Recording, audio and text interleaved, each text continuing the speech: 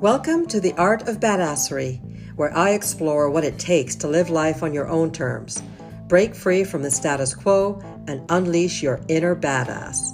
Whether you're a rebel at heart or simply seeking inspiration to step outside your comfort zone, this podcast is for you. I'm your host, Mahara Wayman, and each week I dive into the stories, insights, and strategies of those who have mastered the art of badassery and are living life to the fullest. They smile when no one is looking. Welcome to the Art of Badassery podcast. I'm Mahara Wayman, and I'm curious, are you ready to embark on a journey of inspiration, passion, and entrepreneurial wisdom? I hope so, because today I'm diving into the world of business and personal growth with the remarkable Stephanie Markakis-Plouffe, a true badass entrepreneur hailing from the beautiful city of Ottawa, Ontario. Stephanie's story is one of wanderlust, determination, and the pursuit of dreams. Having moved across Canada throughout her life, she finally found her calling and graduated from Algonquin College in 1995, armed with a diploma in small business management. From there, she ventured westward, settling in the vibrant city of Edmonton, Alberta. In 2000, Stephanie tied the knot with her best friend, forming a loving partnership that blessed them with two incredible children. A dreamer at heart, Stephanie's vision expanded beyond her own family, and she found her true passion in empowering aspiring entrepreneurs to turn their dreams into reality. Today, Stephanie is the proud owner of not one, but two successful companies, Fork and Spoon Business Consulting and Entrepreneur Connection. Through these ventures, she has become a beacon of guidance for countless ambitious souls, helping them navigate the intricate world of entrepreneurship and business management. But it's not all work and play for this badass entrepreneur. Stephanie's zest for life extends to her love for the great outdoors. From May to October, you'll find her camping as often as possible, relishing the beauty of nature, whether it's paddling across serene waters or casting a line for the catch of the day. Stephanie and her husband indulge in the simple joys of canoeing and fishing, forming cherished moments beyond the boardroom. In this podcast episode, we delve into her remarkable journey, the ups, the downs, and the invaluable lessons that she's learned along the way. With her infectious enthusiasm and wealth of experience, Stephanie will undoubtedly leave you inspired and motivated to embrace your inner badass and take on the world of business. So buckle up, guys, as we explore the art of badassery with Stephanie, a force to be reckoned with, and an unwavering advocate for dream chasers everywhere. Stephanie, welcome to the show. Thanks, Mahara. Thanks for having me. Oh, my goodness, it's my pleasure. So that was kind of a long introduction, but I'm so excited to share with the world all of this amazing goodness that you're bringing to businesses everywhere, myself included. Yes, I'll admit that you have given me some amazing feedback and support on my entrepreneurial journey. But let's take it back. Can you share with us one of the moments where you knew that you wanted to do this type of work versus what everybody else was doing in the moment? I think when I started mentoring with Prospect, I got the chance to mentor young entrepreneurs with disabilities. And it opened a whole new world of wanting to help out. I also started a business in the food industry and realized that there was no mentors in that industry and everyone was hush hush. So I think I started to realize there needs to be more mentors out there in that industry.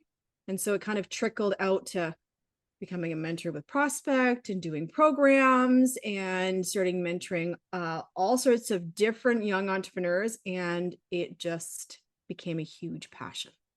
So I'm curious, though, why do you think the food industry in particular has or had this hush-hush mentality about getting support or being a mentor?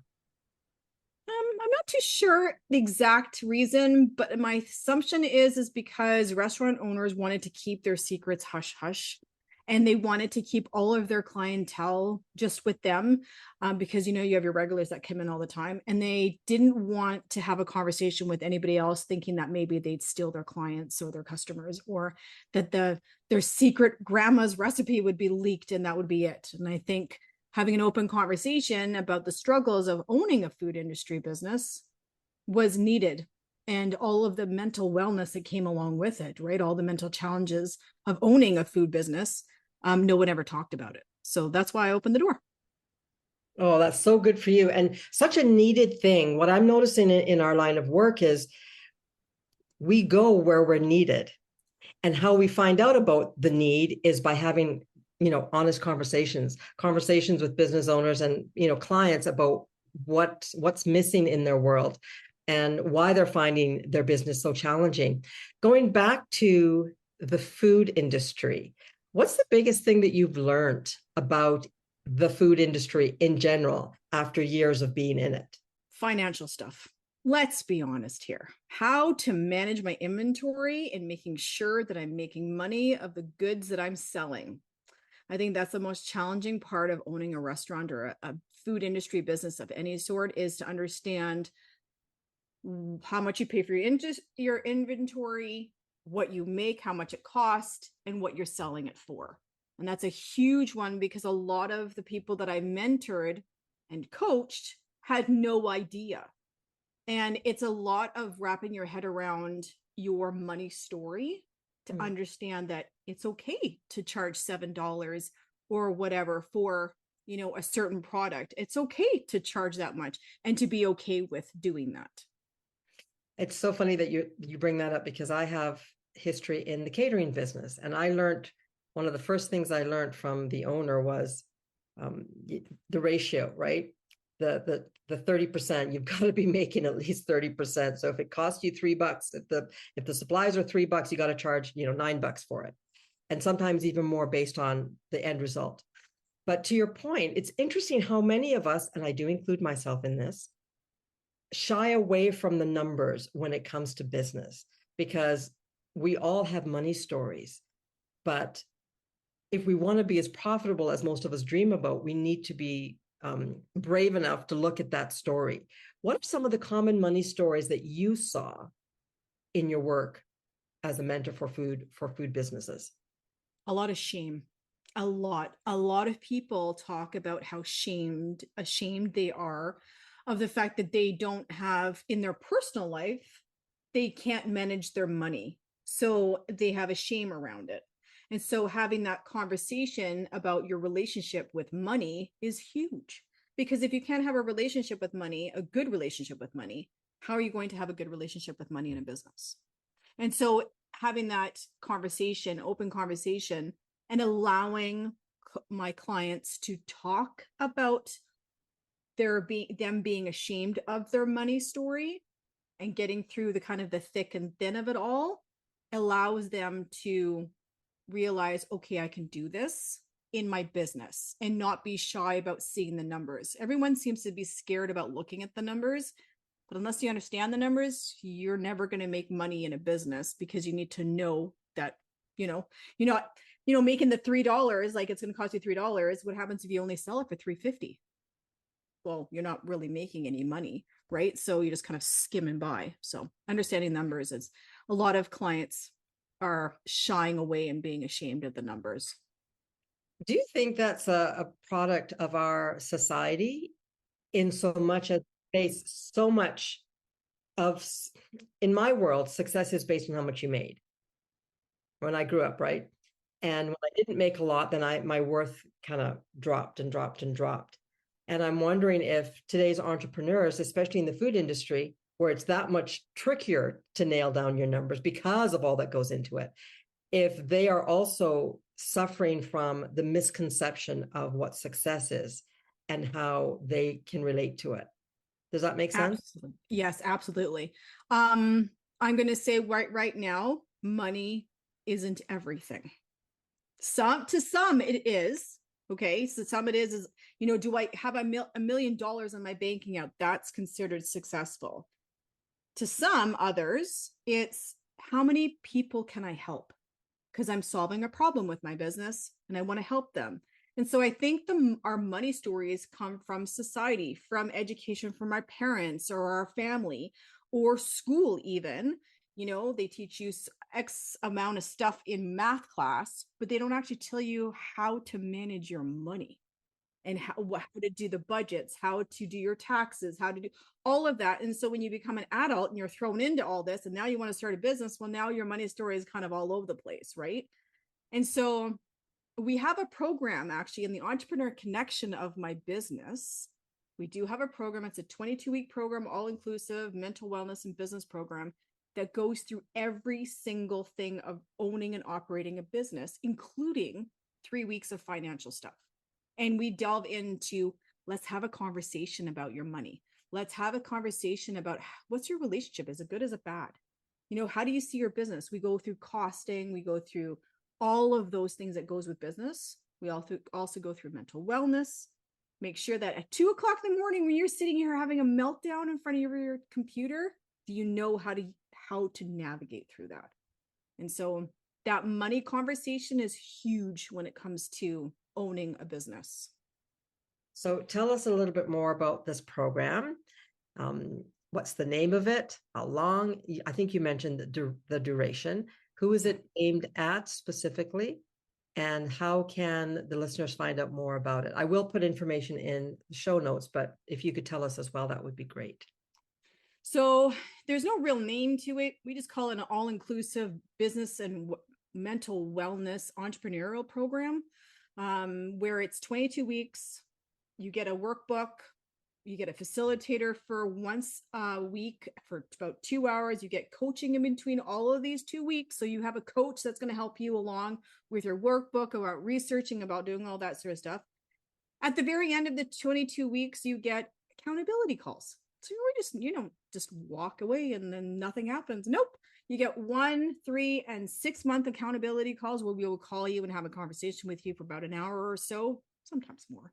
And we will make sure that you're on track for the goals that you've set. Where can you find it?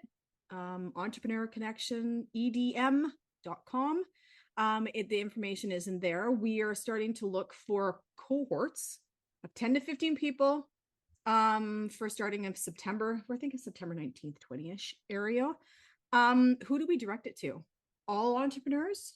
But basically, if you have a disability, you're recovering from a mental illness, from an addiction, from any of those things, everyone is welcome.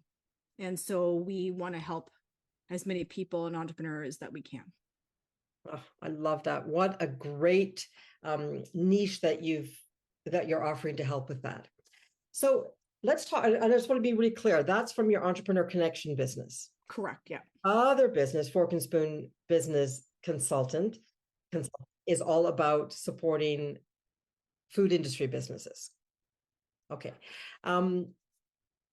This new one, Entrepreneur Connection, how did that all come about? Ooh, that's a long story. I'm going to make it as short as possible. Okay.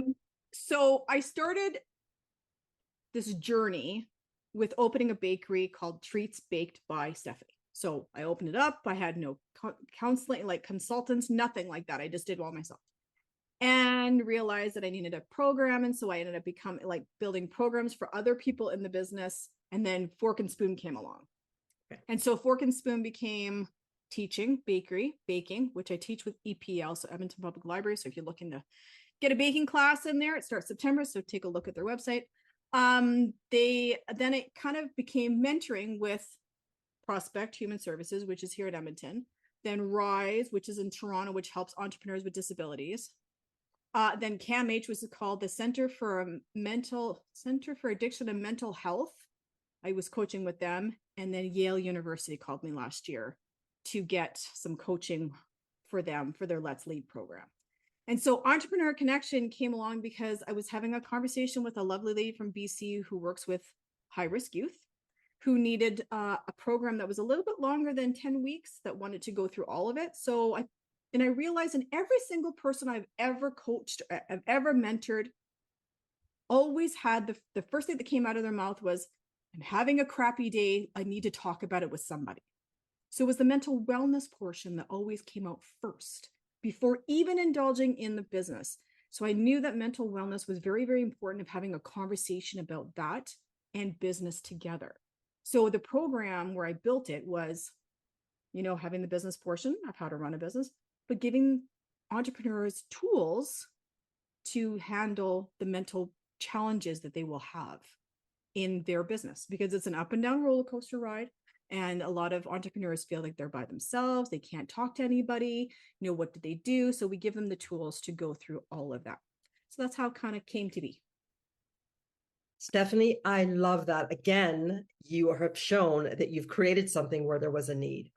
So I'm curious though, I don't know anybody that can take off, 4 months or 5 months out of the year. When you go camping as often as you do, are you still able to work and take your work with you? Or are you really living the dream and only working part-time? I don't bring any work with me camping. Can you imagine putting a laptop on the canoe while I'm trying to fish at the exact same time? Not happening. Not in the canoe. Okay, let me be clear. I don't camp. I kayak. I don't camp, but I'm just really jealous because you know what? I seem to be working nonstop. I take 1 or 2 days off, maybe to house clean and run errands. But knowing that you are enjoying the outdoors so much, I think that's, you kind of live in the life. And I think that's awesome. So you've really found a way to work part-time, but have a huge impact. But let's have a conversation about that just quickly about that. It took many years. I've been an entrepreneur for 20 some odd years. It took a lot of years to understand the boundaries that I wanted in my life. Right. And so I used to be an entrepreneur that would work 16-hour days, would sleep with my cell phone next to my pillow, like right next to my head. And the phone would ring at 2 o'clock in the morning and my client needed me right there. So I'd tiptoe down to my desk, turn on my laptop and work. And my husband would be coming down at 3 o'clock in the morning going, "What are you doing?" And I'm like, "Well, I'm working." "Well, no, why?" And so it only occurred to me when I totally burned out and ended up in bed for about a month that could not function. And I had 2 young children at the time, that I need to put boundaries in place. Now, it's to each his own. The way you want to run your business, the way I want to run my business is from basically June till September, I work when I need to and when I want to. I have boundaries in there. I work from 9 to 4, Monday through Thursday. Fridays are my day off, and I don't answer emails after 4 o'clock. And I don't answer emails. I only answer emails between 9 and 4. And so I put those boundaries in place because I knew how important it was for my mental wellness and for my family that I needed to work during these times, and that was it. And so I learned the hard way is what I did. I love your honesty. And you know what? You are such a badass for that. It's so interesting because setting boundaries is coming up so often these days. And because I believe that the universe brings us what we need, I'm really recognizing that perhaps I need to take my own advice. I've actually just finished a masterclass, and one whole component in the masterclass is recognizing the need to set powerful boundaries. So it's one of those things, those of you that are listening, I may be a coach, but I suffer from all the same things, right? I make the same mistakes. So thank you for sharing your honesty about that. Tell us a little bit more about, if you don't mind, how you said, you didn't realize until you woke up and you couldn't get out of bed. So you've had some physical incarnations of your burnout or of your overwhelm. Can you talk to us a little bit about that and how you navigated your way out of that? Sure. And I'm an open book, and the reason why I'm so authentic and open is because a lot of entrepreneurs sit by themselves working in front of a laptop most days. And so understanding that there are people out there that have gone through what they're going through, this is why I've opened up and talked about mental wellness and talked about all that, because it's important to have that conversation. At the time it happened, I was working in the real estate industry. I worked in the real estate industry for 9 years. I was a real estate assistant, and I owned 2 companies at the exact same time again. I owned a company that would put the real estate signs up in front of the houses. And my husband and my father-in-law were partners in that business, and they would go out and do things for me. And the reason I burnt out was because I wasn't taking care of me. And I wasn't watching the signs of me deteriorating, lack of sleep, high stress, not eating properly, trying to do everything because I'm a mom, a wife, a business owner. I couldn't do everything. And when I woke up one morning, hardly being able to get out of bed, and I'll be honest, I had really bad menstrual cramps and periods, and I couldn't figure out what was going on, why I was in so much pain, why I couldn't get out of bed. Turned out I needed a hysterectomy 6 months later. And the reason being is because the stress level was causing my body to have all of these ailments. And so March 1st of, I can't even remember now, 2010, I think it was, I closed my business. I said goodbye to it altogether. I laid off everybody. I had staff, and I closed it down. I took about a year and a half off, ended up back in the real estate industry with a different company, but I didn't own it. And it made me realize that I need to take care of me. Because if I don't take care of me, eating right, less stress, going camping, doing the things I need to do for my mental wellness, how was I going to take care of my clients or my customers or my family? And so that was a big, huge wake-up call. So we're going to take a short break right now, but I'll be back with my guest within 60 seconds. Ladies, unlock your inner badass and transform your life with my monthly subscription workshop. For just $47 a month, you'll have exclusive access to work closely with me, Mahara Wayman, as we dive deep into all things badass, from personal development to conquering your goals. Imagine waking up every day with confidence, purpose, and a smile that radiates your newfound strength. Take advantage of this badass opportunity and join us today at www.mindfulnesswithmahara.com and start your journey toward a happier, more confident you. Smile when no one is looking. You've earned it. I'm still going back, stuck on the idea, the realization that you were brave enough to shut down your business, especially when you employed people. How hard was that? It was crushing. Yeah. And to be honest with you, I had an assistant who, when I met her across the table from a Tim Hortons, I wanted to hire her on the spot because she was amazing. And so I did. 2 days later, I hired her, and she was with me through thick and thin. She was my Mary Poppins. She would take my youngest off the bus, give him lunch, grab lunch for her, clean my house, and then come and answer the phones for me at the exact same time. Because my business was in my house. Like, I had a full section of my house that was just my office with hers. And she would do all of these things and run my business with me. And so when I had to say goodbye to her, I'm like, I don't know how to do this. I cried for days. But how many years later? 14 years later or 13 years later, she's my best friend. Her and I hang out. She's my best friend.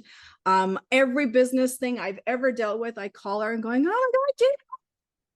And she's like, it's okay. We got this. And I've been trying to employ her for years. But I'm at the point where I don't need an employee yet, but she's on my docket, and she's going to be my assistant again, because she's just fantastic. And you know what? My youngest is 18 now, and he still remembers, there's core memories in there. And so it was heartbreaking at the time, but it taught me a lot about me, about how I want to run a business, and just how badass I can be about picking myself up, dusting myself off, and going, what do I want to do with my life? What am I passionate about? And that's where the food stuff came in, because I've been in the food industry for a very, very, very long time. I was the assistant manager of, I'm going to date myself, y'all, Eaton's Restaurant. If anybody remembers Eaton's Restaurant, I was the assistant manager for Eaton's Restaurant in Ottawa. And I just ended up in the food industry. I found myself all the time in the food industry. And so I went back to it. And this was my calling. And I have to say that the food industry is, even though I work with entrepreneurs with every single kind of business, when someone says I want to open up a bakery or a restaurant, ding, I'm there. I'm going to help you, because I love that industry. But yeah, it taught me a lot of what I wanted to do and who I wanted to be as an entrepreneur. Such badassery, because I think there's a misconception, and I talk about this quite a bit, that you can only be badass when you've done really well in your business, when you've gotten that promotion, or when you've lost that amount of weight, or whatever. And folks, we are here to remind you that you are badass by the fact that you state it, and you go through life willing to learn and willing to do hard things. And what you just described, Stephanie, I can imagine, yes, that would be very hard. And I imagine there's a lot of regret, guilt, anger, disappointment, a whole long train of emotions that we put ourselves through when we think we may have failed at something. But I love how you've described that, because you didn't fail. You worked your ass off, and you've learned some amazing lessons. And now look at you, because I swear, I am totally jealous that you have managed to find yourself in this space where you've balanced, work-life balance so well. I'm a new entrepreneur. I've only been doing this for a couple of years, and I'm still learning. But thank you for sharing that story with us. It's so important that we recognize that it is okay to put ourselves first. In fact, it's a necessity. Setting boundaries, saying no to the phone, to the email, to the client, super important.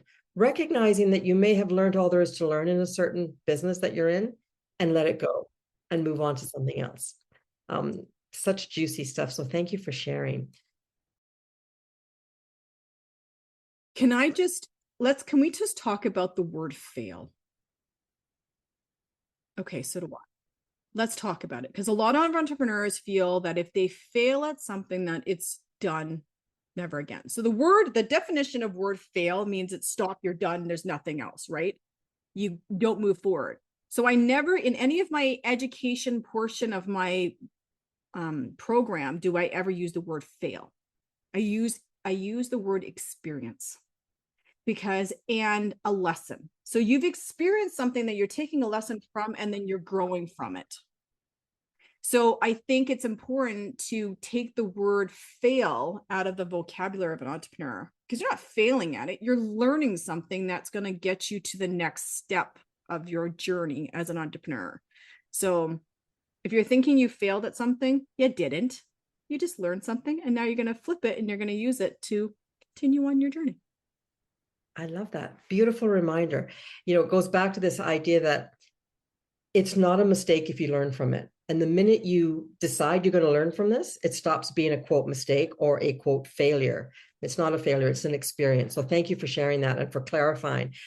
It's one of those things that I feel so many of us get caught in this trap of language, and out of that we use words that really don't serve us. And to your point, in some of the work that I do, I work very closely with my clients to encourage them to get clear and get clarity on what they're feeling, and to use the language that really supports that.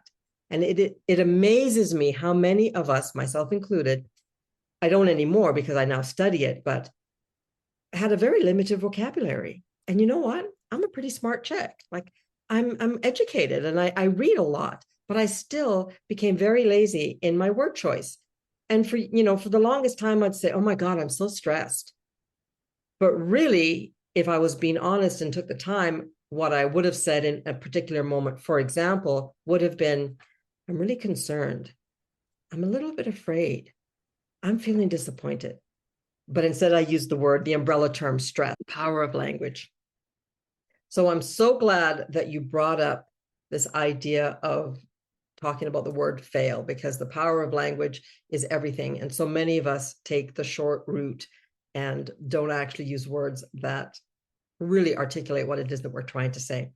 So talk to me more, or all of us, about why you think you're badass. You've already explained quite a few things that I feel qualify, but is there anything else that we don't know about you that you feel qualifies as being badass? There's so many. What do I pick? I've had challenges my entire life. From, leaving at the house at 17 because things were just not going right, to having a miscarriage, picking myself up to have two beautiful babies, which one was an emergency C-section and the other one was, he was 4 weeks premature and almost died on us twice. And now he's 18, to business, closing, to opening up again, to, falling down the stairs constantly. Every year I fall down the stairs and ended up in the hospital with a rolled ankle. So pick a challenge. The fact that I've done all of these things in my life, makes me a badass, because no matter how many times I've been knocked down, Mahara, I always pick myself up and go, tomorrow is a different day. Tomorrow is going to be a better day. And and it's going to be one of those things where no matter what walls, what challenges, what things are in front of me, I have a goal and a dream. And that goal and dream has always been to help people, always. And it didn't make me, I didn't realize that probably till 8 years ago when I started my business, my food business. And the goal for my food business, I put it out in the universe, was I was going to teach people how to bake like their grandparents used to, because that art of baking was lost. And 8 years ago was the statement. And 8 years later, I'm teaching. And so I wanted to help as much as I can. Now, my mother was a nurse for 45 years. And I thought medical industry would be somewhere I wanted to be. And then I realized, no, that's not for me. But helping people achieve their dreams was something that I wanted, because everything I've ever put my mind into, or mind to, I achieved. So when I was 15, I made it to Canadians in figure skating. And I could have gone to the Olympics, and I decided not to, because I was done with it. I had made it to Canadians, and that was my goal. And I did triple axels, and I did all those things, and I achieved it. I became a lifeguard at 12. I was in off-Broadway plays in ballet, tap jazz. I was on point in ballet. I played piano. I did all these things, and I achieved everything I wanted to do. And so that's how kind of my life started and continued, and done all these things. And so, am I a badass? Hells yeah, I am. And I'm proud of it. And I've raised 2 badass children who will go for what they want and what they need. And I'm not going to say the word train, because that's not really the word I want to use, but I'm helping my husband realize that he's badass as well. Oh my God, you're adorable. That's so brilliant. That's so brilliant. And I had no idea that you had so many accolades behind you. I love, one of the things that I picked up on that I think is really paramount and important for us to learn of ourselves and our own journey is, it's okay to switch gears. It's okay to call a halt. Absolutely. And to move on. What I love about your story is that you have never stopped asking yourself questions. What do I want to do next? How can I make a difference next? And totally badass to do that. Can you share with us a story of an entrepreneur that perhaps really touches your heart, one that you've worked with and that you've helped, that you'd like to share with us? Because I hear in your voice how much you love what you do and how important it is that you make a difference. So tell us the story. I had a lady reach out to me, and she says, Steph, I need help with my business. Now, she has a food business, and I'm going to keep it vague because I don't want to, tell you exactly who it is. But she had a food business. She would sell stuff at farmers market. She decided to do the 8-week program that I had in place at the time. It took her till almost the 8th week, I think it was week 6 or 7, where she finally told me that she was ashamed about her business, that she thought she was too old, that she thought, she couldn't make it. And throughout the whole conversation of the 8 weeks, she became more and more open with her story. And we continued conversation after the 8 weeks. She would call me every once in a while going, I have this thing I need to talk about. And sure, let's do it. A year later, she called me in January, and she's like, Steph, guess what? I said, oh, tell me, because I want to know. She goes, I just finished my taxes. I said, okay. She's like, because of your strategies and because of all your encouragement and your coaching, I made over $100,000 in my business. And I was shocked. I said, are you serious? She's like, yes, it was all because of your strategies and your encouragement and your coaching. I said, well, thank you. Thank you so much. To me, I don't need the recognition. To me, it's helping others achieve her dream. She achieved her dream. She wanted to do that. It turns out actually 2 years ago that she passed away. And I had no idea that I knew she was sick, but I never knew that she had passed away until about actually a year ago, I think I found out. And it broke my heart because she had such a vibrant passion of owning this business and achieving her goals, which she did, but she never wanted the spotlight on her, even though she helped so many people, bring the food to the table. And so, that was the most encouraging and sad at the same time, but she did what she loved. And that was the whole point, is she did what she loved. And so she was the most encouraging, and I will always remember her. Always, always. What a beautiful story. And what a great story to highlight the importance of going after your dream. And I mentioned it when I introduced you that you help people chase their dreams. And it's so important, whether you get to this level or that level or this pinnacle, or just the act of saying, I have a dream. I'm not going to quote Martin Luther King Jr. I'm not. I could, but I'm not. But just saying that makes us badass. Because I know that when we actually tell people, you know what, I have an idea or I have a dream, what we're really saying is I matter and my dreams matter. And the fact that you and many others like you, myself included, jump up to offer our help and support of these dreams is a beautiful thing. So I want to say thank you for being so badass. Thank you for continuing to work for what it is what interests you and what floats your boat. Thank you for reminding us the importance of putting our mental health and our self-care first, that's paramount if we're going to be successful in any entrepreneurial adventure. And thank you for sharing that beautiful story. For those of you listening, I will put lots of contact information in the show notes on how you can connect with Stephanie. She is the real deal, folks. I am so blessed to count her as a friend. We met only about 2 or 3 months ago, I think, at an entrepreneurial networking event, and we have become fast friends. And I'm just delighted that you've spent the afternoon here with us today. Stephanie, anything last that you'd like to share with us about your business or what we can expect in the future from you? Watch out, world, because that entrepreneurial program is going to be coming to your doorstep soon. We're going to try to make it so that brand new entrepreneurs like yourself will not have to pay for it, but you will be committed to it and get all the stuff that you need. And so watch out, because it's coming, because I'm working hard in the background to get it funded, so that entrepreneurs who do not have the cash flow at the moment do not feel left behind, and they will be valued and heard and seen and be able to run a business of their dreams. I love that, and I cannot wait. Stephanie, thank you again for taking time out of your busy schedule. Well, let's be honest, she's probably going to go canoeing after this because the weather's beautiful here in Edmonton. But thank you for taking time to talk to us today. That's it for now, folks. I hope you enjoyed this episode, and we'll see you next week on the Art of Badassery.